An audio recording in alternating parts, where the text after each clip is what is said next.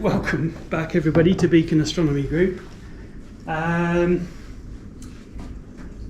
Housekeeping, I suppose. If the bathrooms are just behind me in the corridor here, if anybody wants to leave during the talk, please feel free to do so. And our speaker tonight is our own Dr. Dirk Froebrich, who is going to give us a practical example of measuring how far away the stars are. Correct? I'm trying. Or I will try. And so it's, I don't know if you think I'm right in saying this, but I think this is something that amateurs could do, yes? That's the idea. Good. Okay. Yes. So in that case, over to you. Yeah, thank you everybody for coming.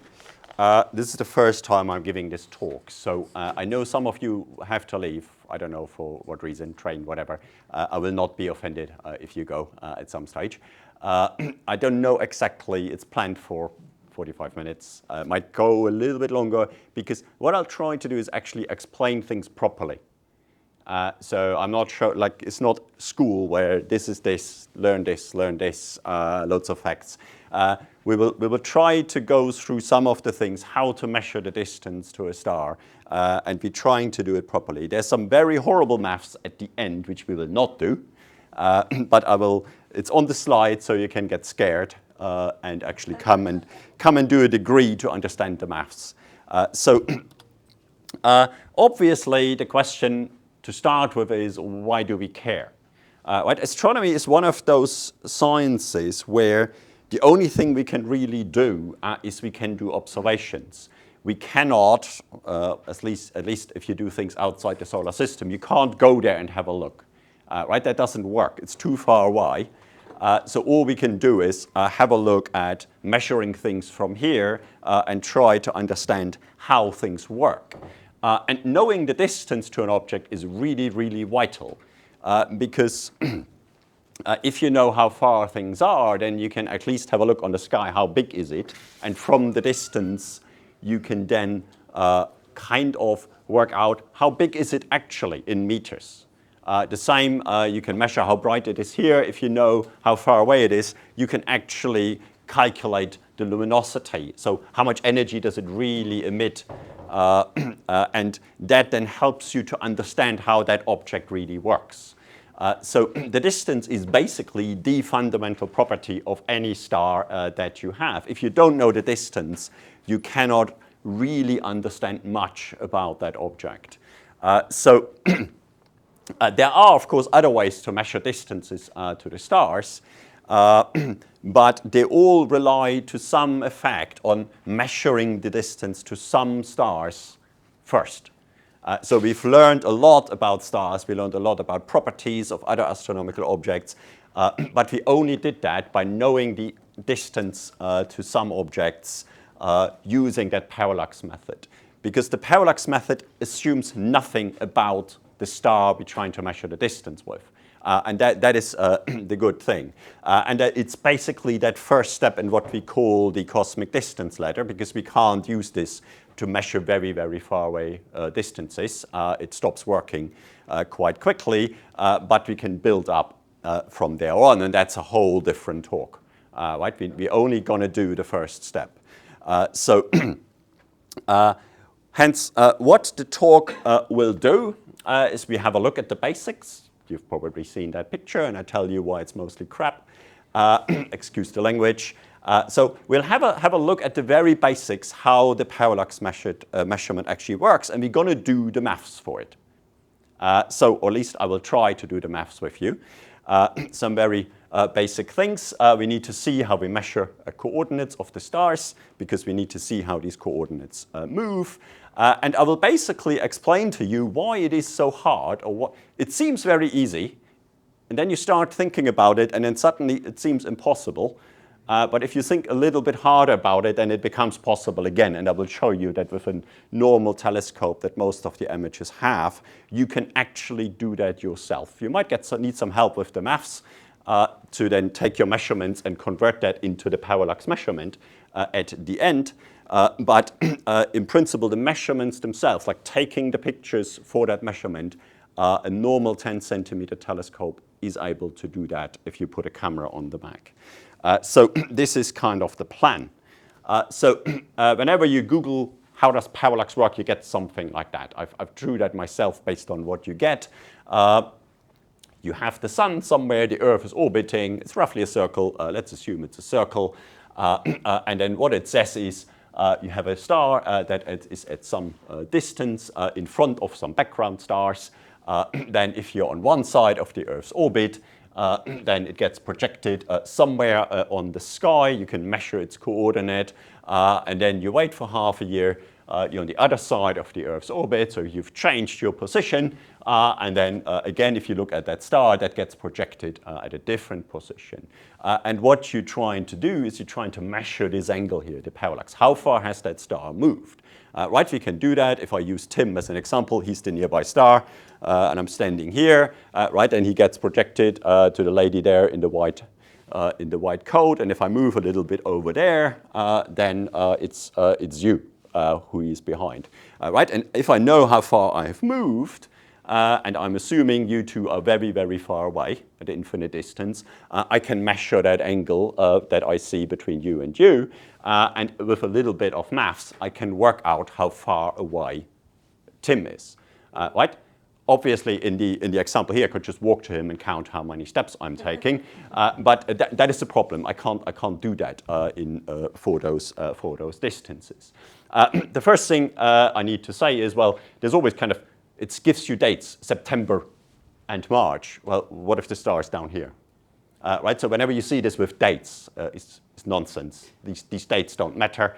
And also, it's always drawn in a way that the star is in the same kind of plane as the Earth's orbit around the sun. And this is the first thing we need to talk about, how we measure coordinates for stars. You might have heard of right ascension declination. Who has not heard about that? Oh, there's a few, so let's explain that. Earth, 250 from Amazon. Thanks to my wife. On Earth, we measure coordinates. If you're somewhere on the Earth, you know what your coordinates are. You have this kind of nice coordinate system. We somewhere have the equator. That is our baseline for measuring latitude. And then if you, however many degrees you are north of the equator, that is your latitude, right? It's south or negative if you're south of the equator. And then to measure the longitude, so where are you around the Earth, we all had to agree on a point where we measure that from. Basically, you take a line from the North Pole through the equator and the South Pole, the circle around, and the one circle that goes through Greenwich, that is our meridian, the Greenwich meridian, where we start counting the positions from. Right? If you're on that meridian, you're at 0 longitude. And then you're going east and west in degrees around that. So this is a great coordinate system. We all understand that. We've all used that. We've seen it on maps. And what we also know is the Earth is rotating. It's rotating this way, eastwards, once a day. Right? It's doing that. So that axis from the south to North Pole, that is always the same. That never changes, at least on kind of time scales we are talking about. So it doesn't matter where in the orbit you are, the Earth is always doing this. So we can basically take the same coordinate system and project that onto the sky, very far away, have exactly the same thing. So our latitude, if a star is at the same latitude as we project kind of this latitude onto the sky, that will not change, right? If a star is somewhere up there and I'm rotating this, it's always going to be at the same latitude, right? So in astronomy, we call that declination, but it's basically like the latitude on the Earth's surface. It's the same thing.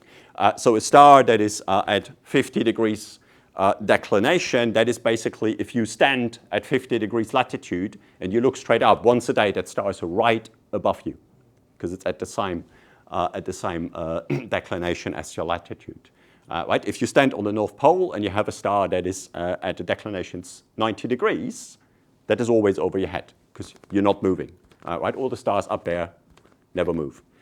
So the longitude doesn't work that way. because we are rotating once in 24 hours. The stars, they stay there, right? So that's a bad idea because that coordinate would constantly change. But what we do is we've basically picked a point in the sky where we count 0 from. Like on the Earth, we pick Greenwich for some reason. As a non-English person, I don't understand that. So in the sky, we do the same thing. So the question is, what point do we pick? And can I get my assistant to be the sun?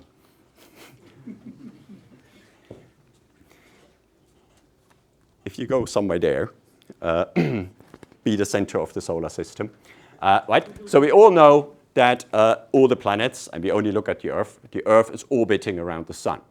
Right? It's going in a kind of a circle. It's actually it's an ellipse. I'll get dizzy if I keep doing this around the sun. So at the same time it's rotating. Right? It takes 1 year to go around, 365 days or something like that.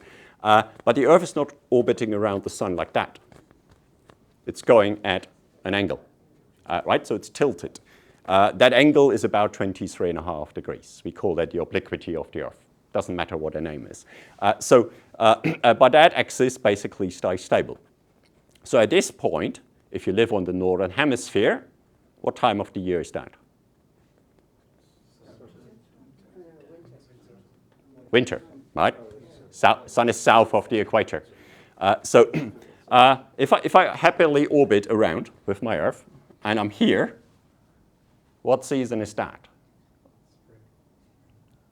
Yeah, that's 2 days ago. Right? That's the equinox when the sun is right above the equator. And then if I keep going, summer, right? So if I go back, there, at the equinox, the sun is right above the equator. I can do the same thing when I go to the other side. That's the one in the autumn.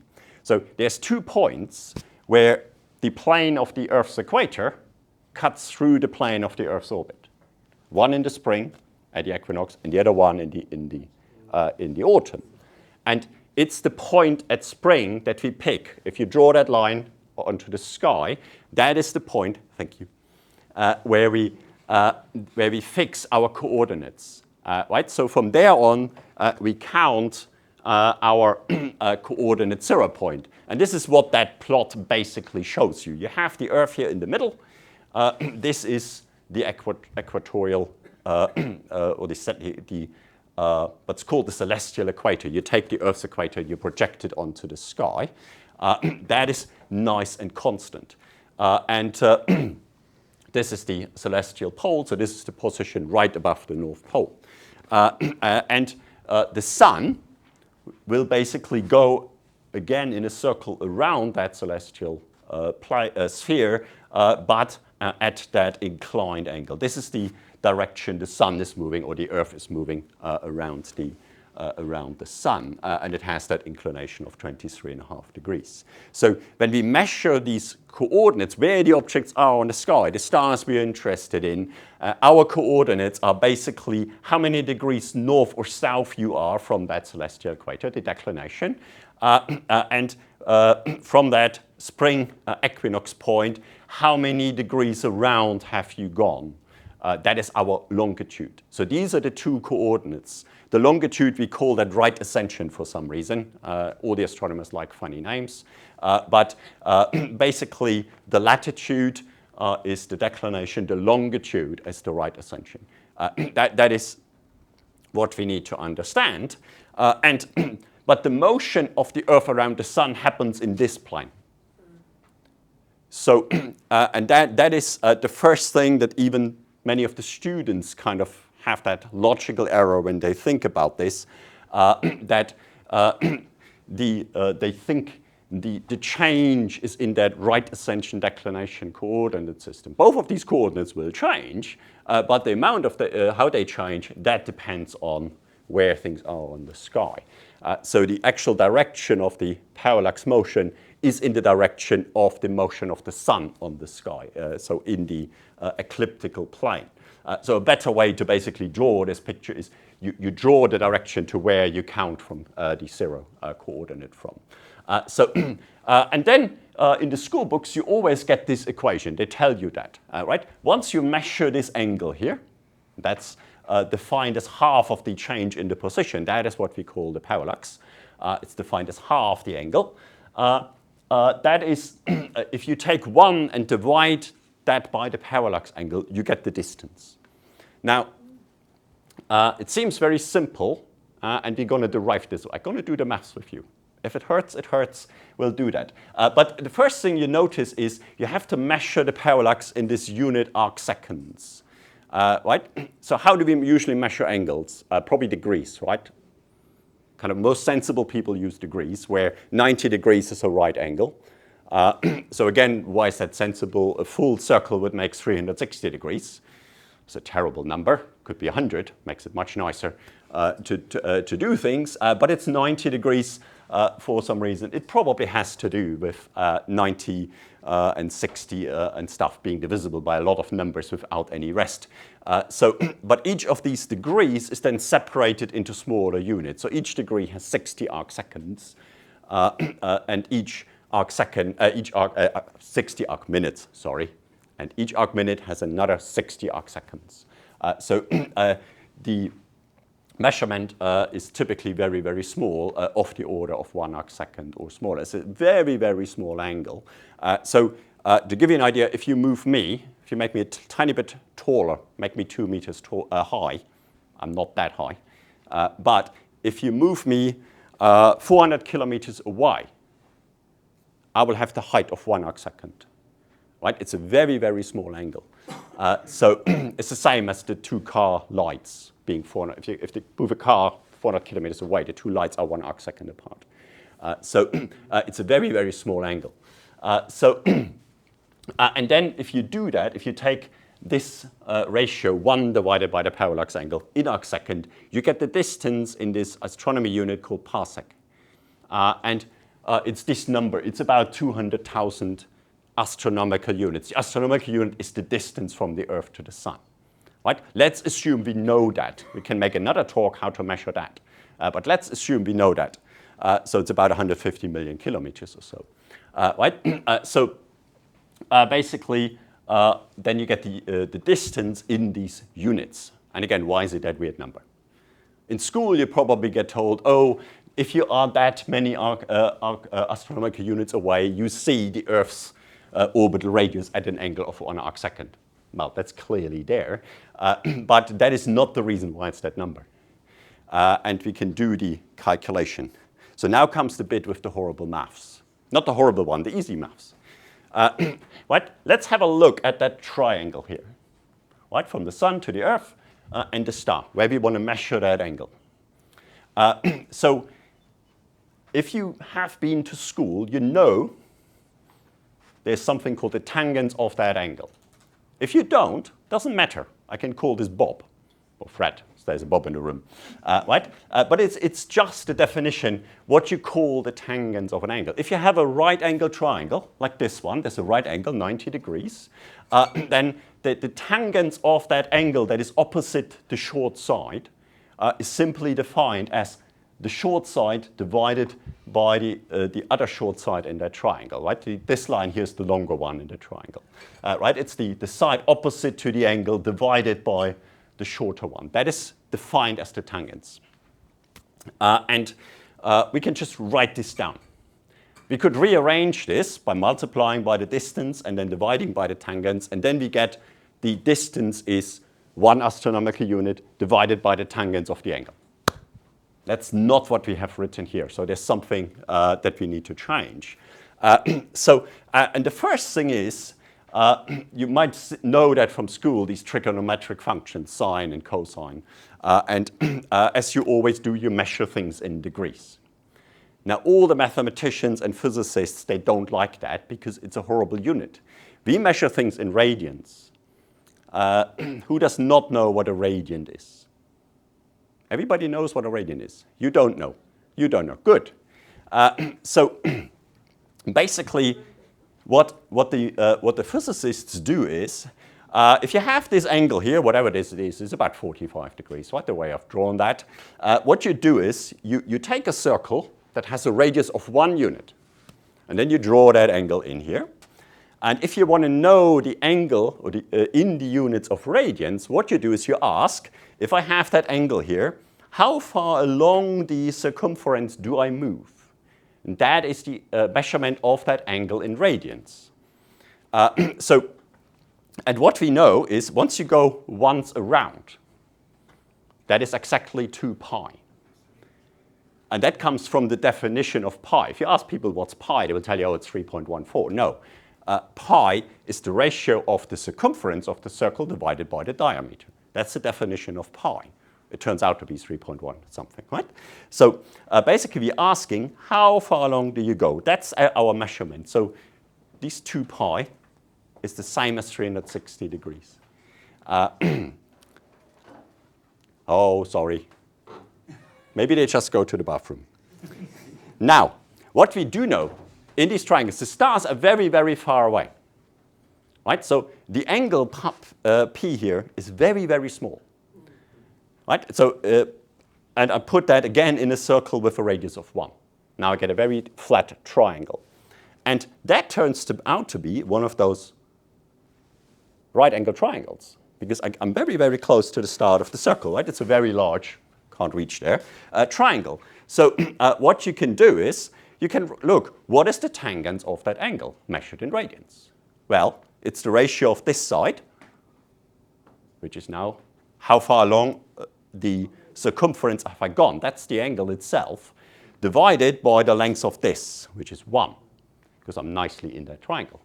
So basically, the tangent of that angle is the same as the angle itself in those nice physics units. So basically, your tangent of the angle is equal to the angle itself, being 1 astronomical unit over the distance. So then we almost have the right equation, right? You can rearrange this for the distance. The distance is 1 astronomical unit divided by the angle that we measure just in those horrible units called radians. How do we get it into that? Well, we just convert the units, right? So 1 radian we know is, we know 2 pi radians is 360 degrees. If you divide this by 2 pi, we know 1 radian is 360 degrees over 2 pi. Each degree is 60 arc minutes. Each arc minute is 60 arc seconds. And if you multiply this out, 360 times 60 times 60 over 2 pi is exactly 206,265.8 and so on. Because pi is in there, that will go on forever. And now you know why 1 parsec has exactly those number of astronomical units, because basically if you want to convert that equation from radians into arc seconds, you have to multiply basically by that number. Success, they're back. Right?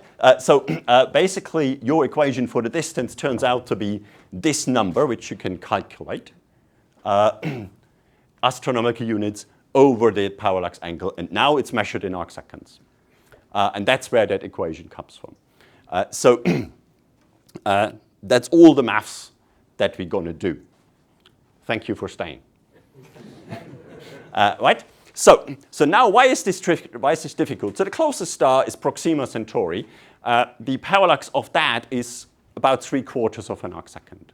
So that is already very small. You've seen if you move me 400 kilometers away, I'm 1 arc second in height.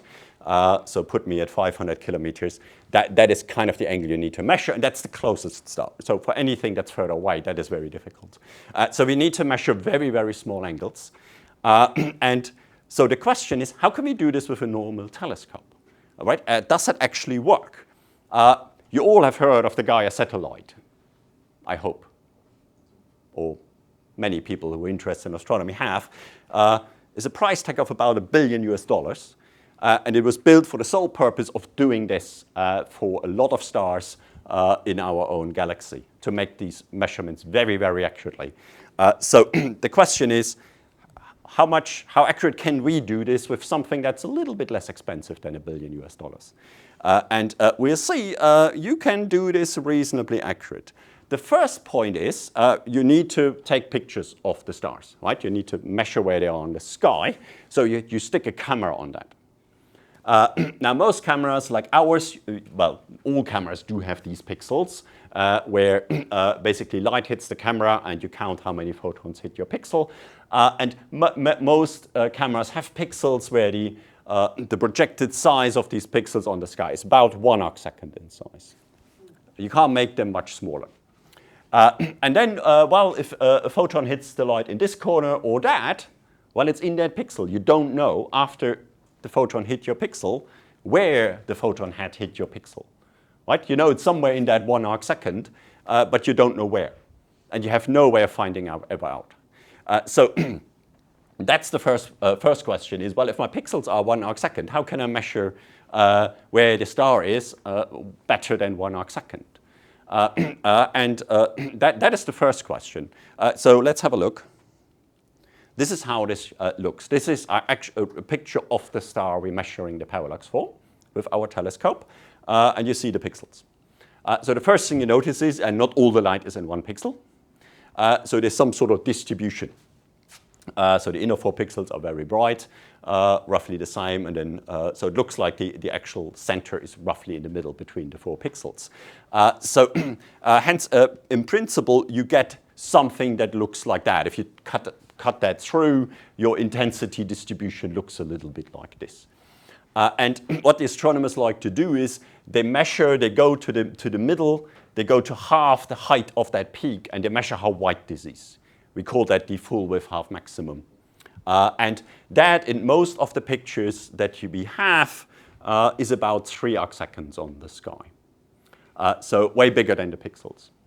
If it was way smaller than the pixel, well, you had 1 pixel that's very bright and you had no other information. Actually, if your full width half maximum is very, very small, you can't actually do the measurements because then you really have that problem that you don't know where in the pixel the star is. But if the light is distributed over several pixels, you have a chance of finding out where the center is. Well, what is the reason for that? Let's do a bit of physics. I told you it's going to be difficult. We do maths, we do physics. There will be some computer science at the end. So there's 2 reasons for why the light is spread out. The first one, and we're not going to do the physics. There's an optics person sitting there. He can explain to you how that works. There's basically whenever you have light going through some sort of entrance pupil hole in the wall or the opening of your telescope, you get refraction or diffraction, more particular. And basically, if you had a single point source and you had an optimum detector, the point source would look like that. You get a bright spot in the middle, then there's a dark ring, and then you get white rings, and they get fainter and fainter further out. And that's called an airy disk. The diameter of that, you can calculate with that. So 2.5 times the wavelength of the light over the diameter of your telescope. And that number is actually that's hard maths to get to that number. So the people who've heard about Bessel functions, they know how difficult that is. Everybody else can just say, yep, we know the number. And typically, basically, we're interested in the radius of that. So the wavelength of the light divided by the diameter is a good estimate for how accurate or how wide that light distribution is. You can do this for our telescope. So we have a 40-centimeter telescope. The diameter, the radius of that circle where the light is about half an arcsecond. So if you scale this down, basically, if you have an 8-centimeter telescope, your circle will be 3 arcseconds. There's a reason I use that example.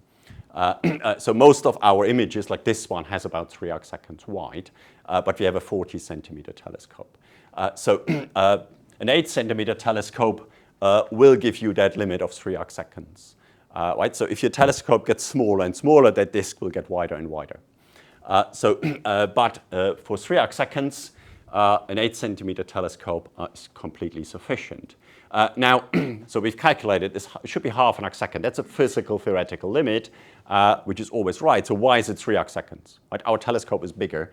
Why don't we see half an arcsecond wide stars? Why is not all the light in 1 pixel? And that is the enemy of all the astronomers is the Earth's atmosphere. We don't like air. But it kind of helps to survive. But the light has to travel through the air.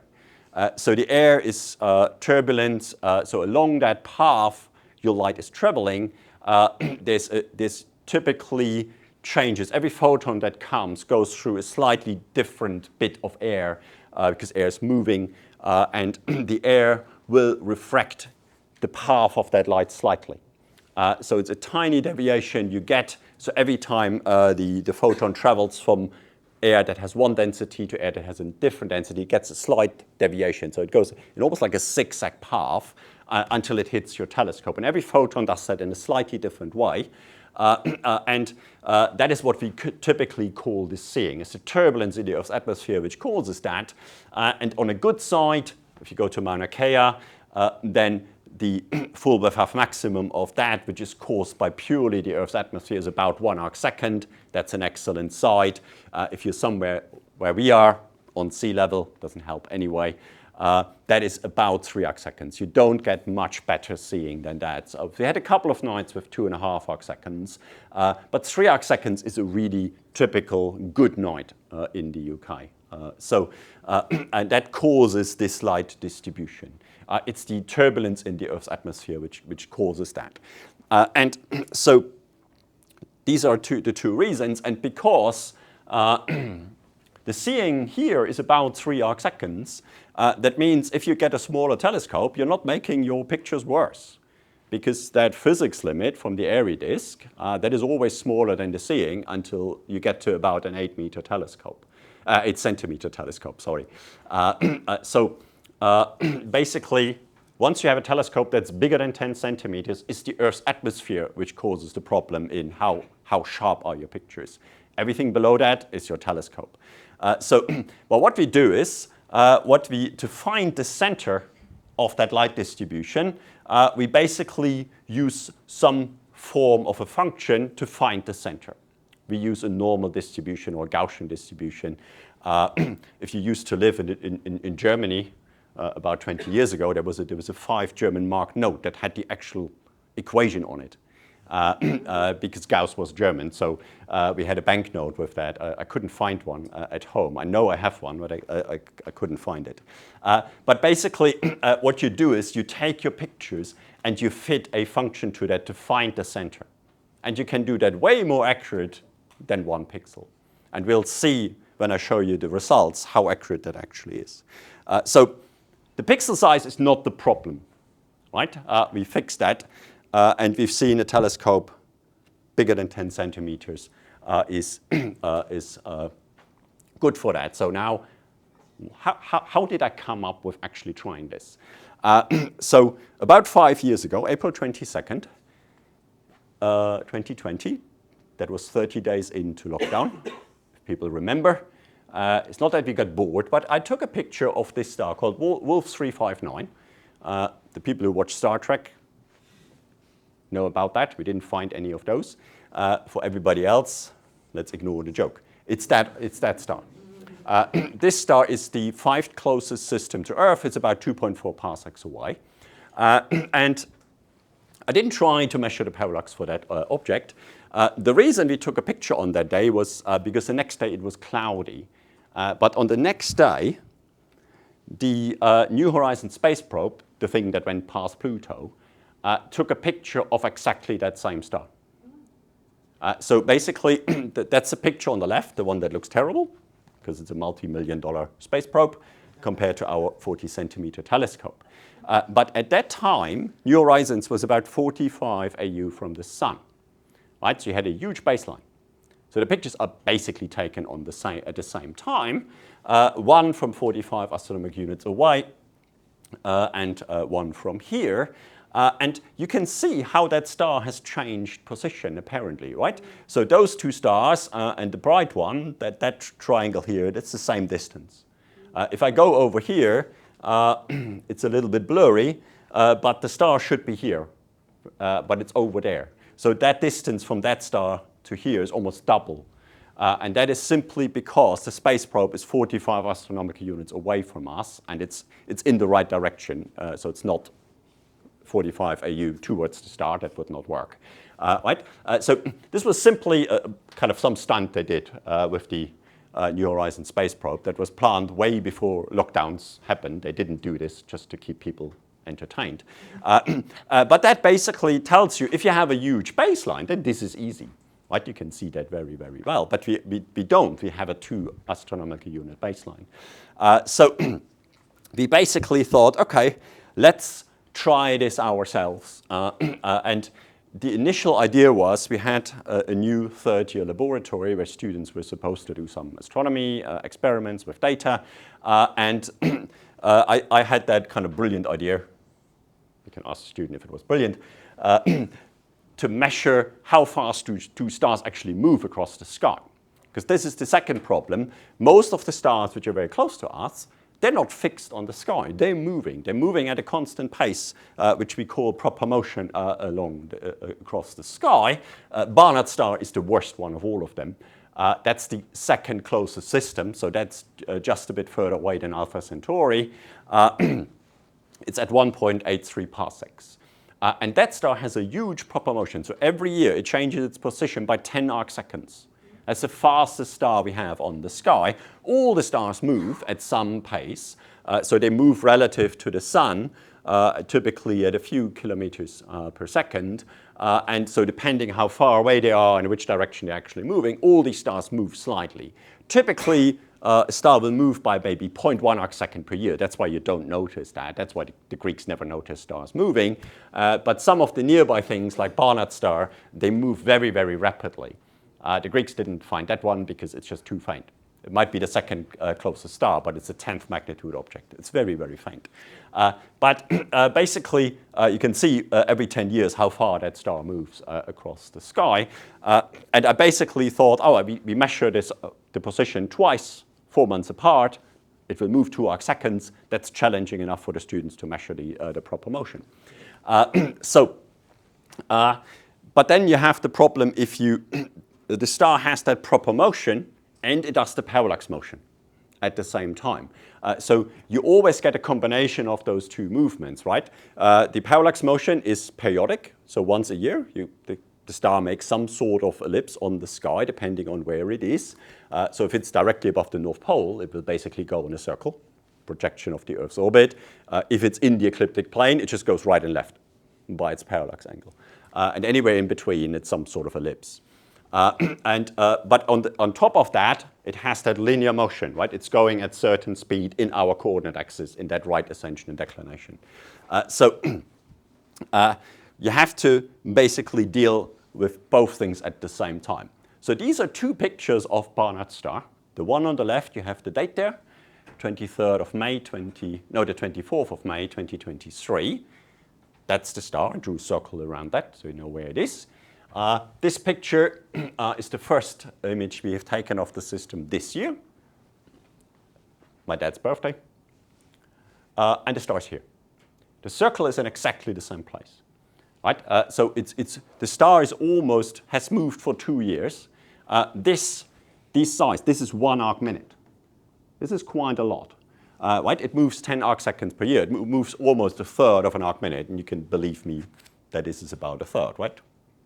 Kind of works. So it's very easy to measure the proper motion. Right? It moves mostly in the declination or the latitude direction. It moves barely in the longitude or right ascension direction. But you can clearly see it move. So it works quite nicely if you have a large time difference. But what we basically need to see, we need to measure the position of the star. This is basically, if you take the picture of that star, we've seen that before, it's nicely aligned. But typically what you do is you align your camera with the coordinate system. So one direction is your right ascension or the longitude, and the other one is the declination. At least you try. That never works. If you align the picture properly with the coordinate system, you see there's a slight angle. And every astronomer can tell you, you can try as hard as you like, you never get the camera perfectly aligned with your coordinate system. It just does not work. So basically, when we measure the positions of the stars, we actually have to we have to find out what pixel in that image is what coordinate. That is the first tricky thing that you do when you do the measurements. And all our cameras are aligned roughly with that coordinate system. One direction is the right ascension, the other one is the declination, simply because our telescopes are aligned with that coordinate system, right? And the reason for that, again, is it makes the telescopes easier. If I put a telescope up somewhere, I know it's kind of orbiting like that, and I mount my telescope on an axis that is parallel to the Earth's axis. But I'm looking, let's say, this way. And all I need to do is, while the Earth is rotating, I'm rotating my telescope the other way around the same axis, or an axis parallel to the Earth's axis. And if I rotate my telescope once a day around that axis, it will always look at the same place in the sky. Because the Earth goes one way, your telescope goes the other way, your telescope keeps pointing at the same place in the sky. And it makes these observations much easier. Most of the telescopes are orientated like that.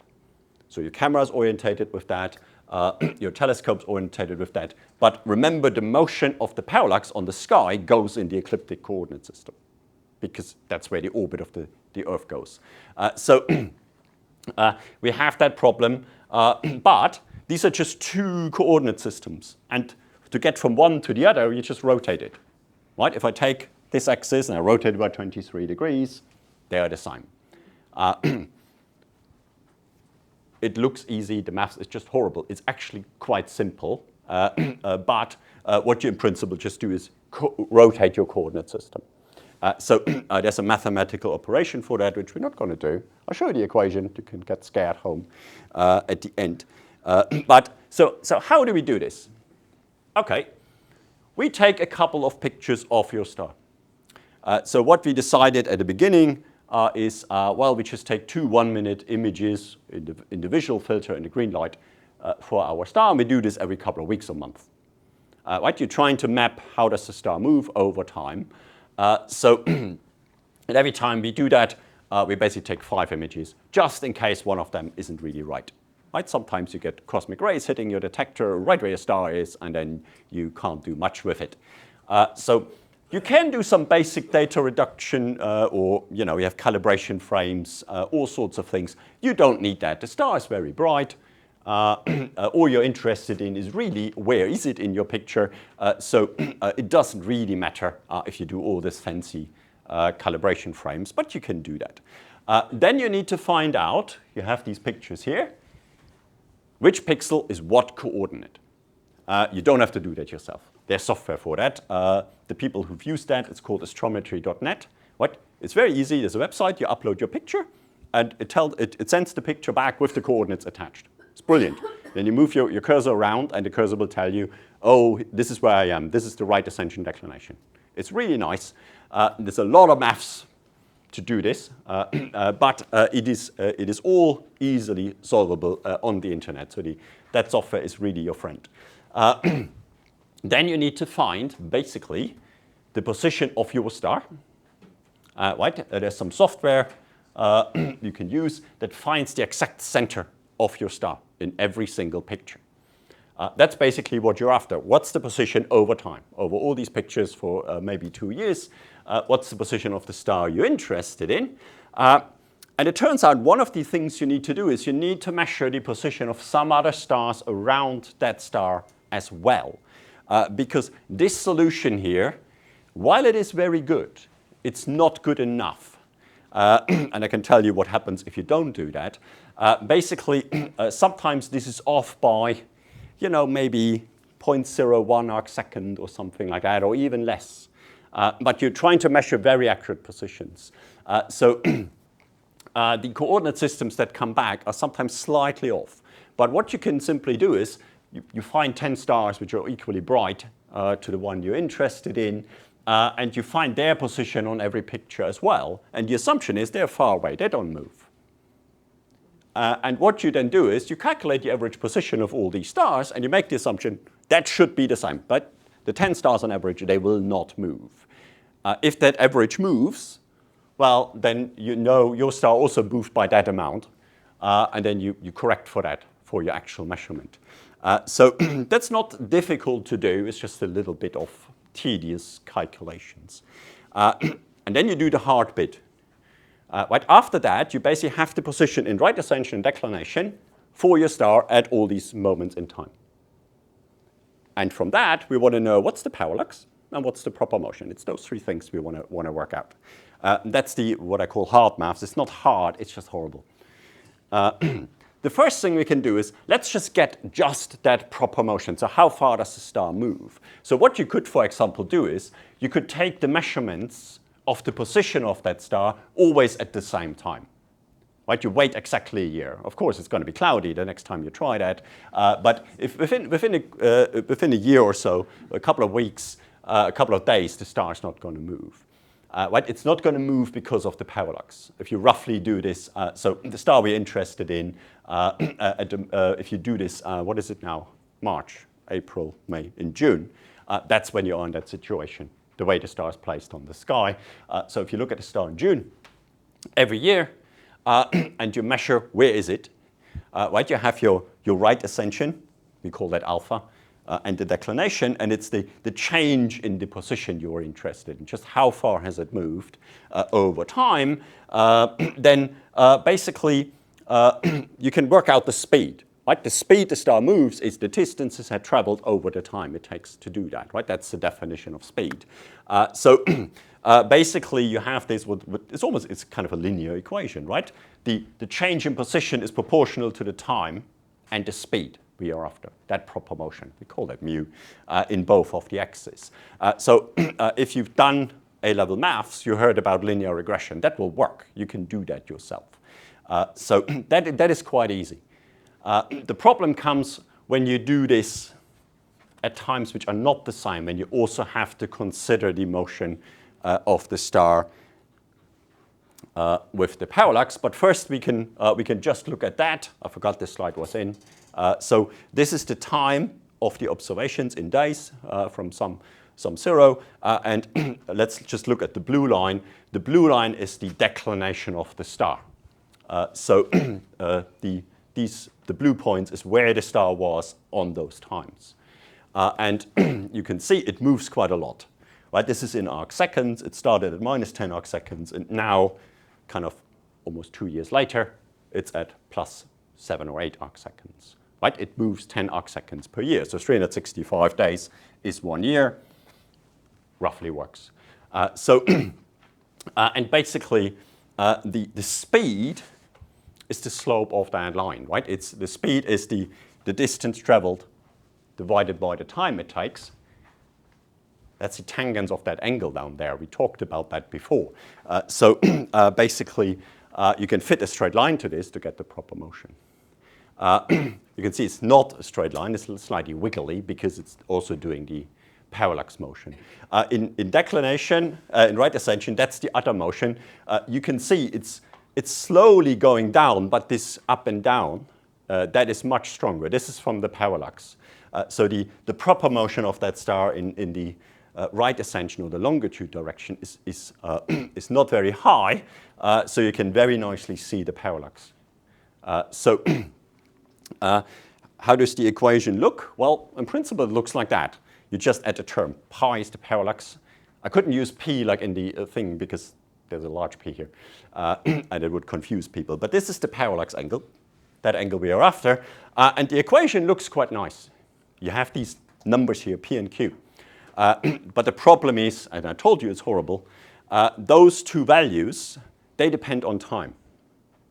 They change for every moment in time. That p and that q have a different value because you need to work out where you are on the sky, where are you looking, what time it is, and where's the sun, basically.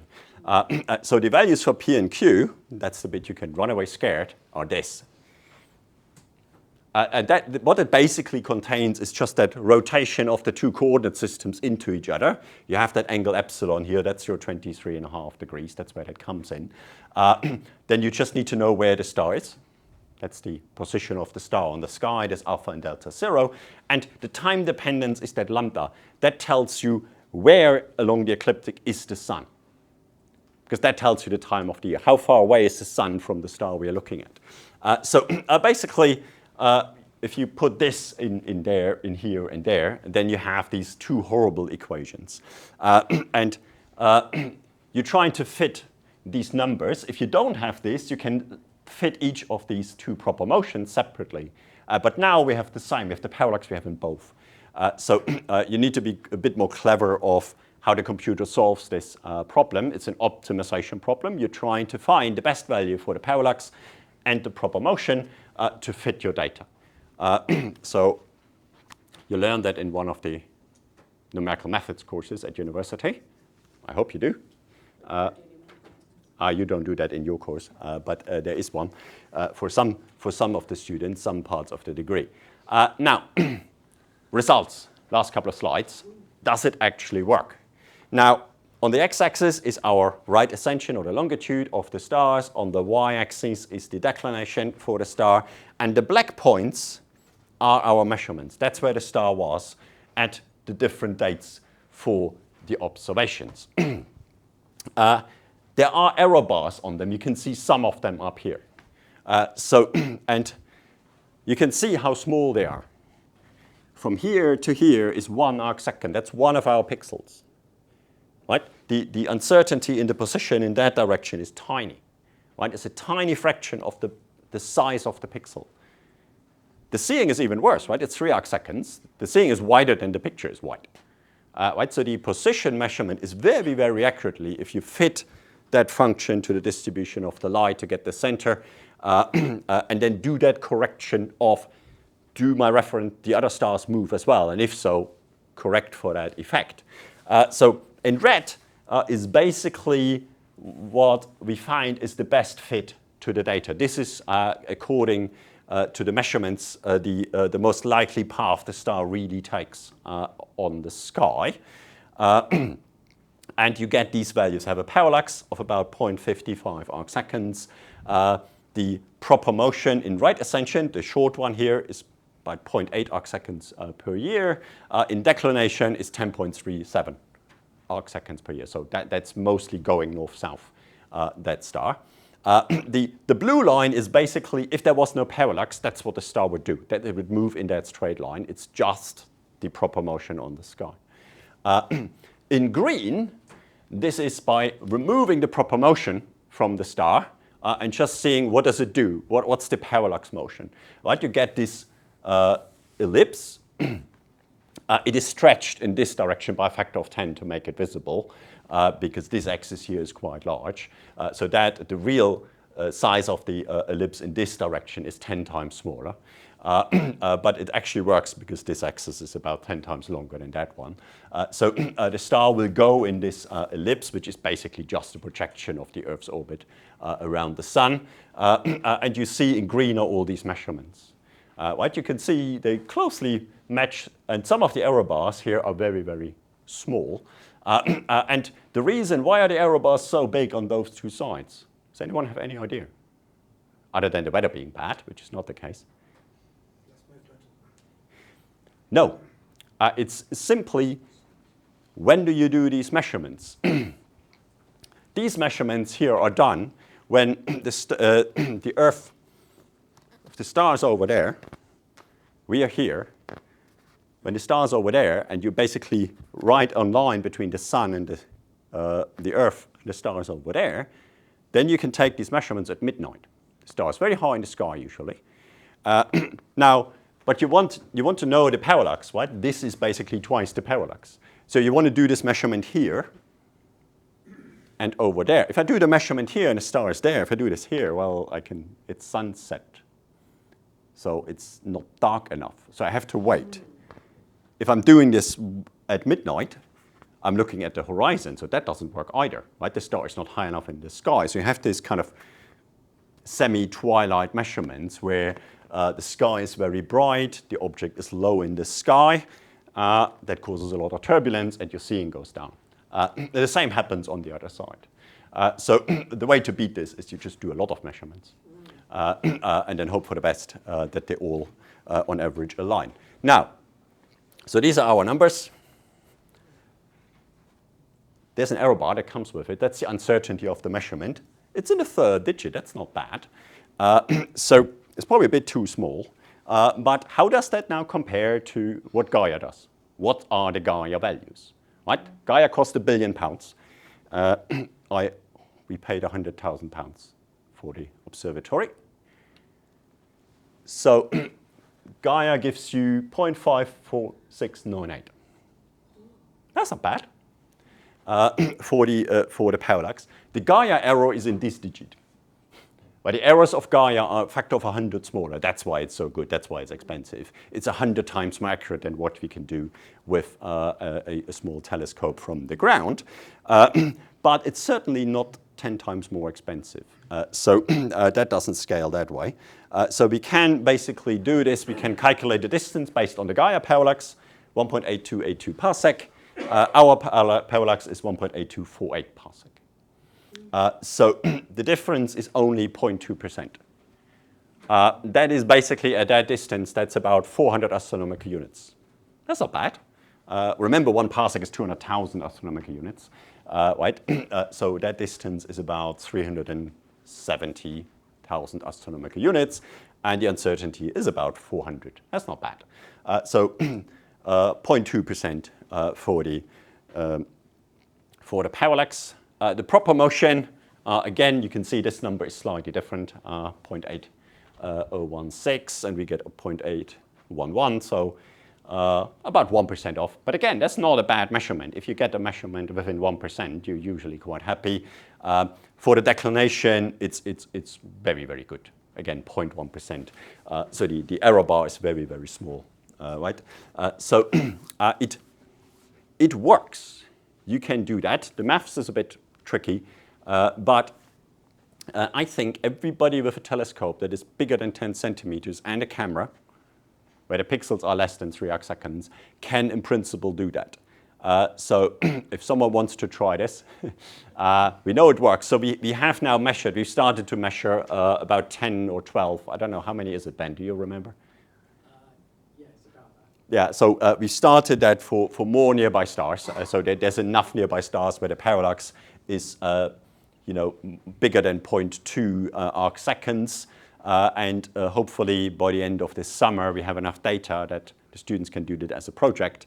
Everybody gets one data set, and then they can try to program this to actually do the maths. And we will see how accurate that actually is. But it works quite well, and hopefully you understood or learned something. Thank you. And I'm almost in time.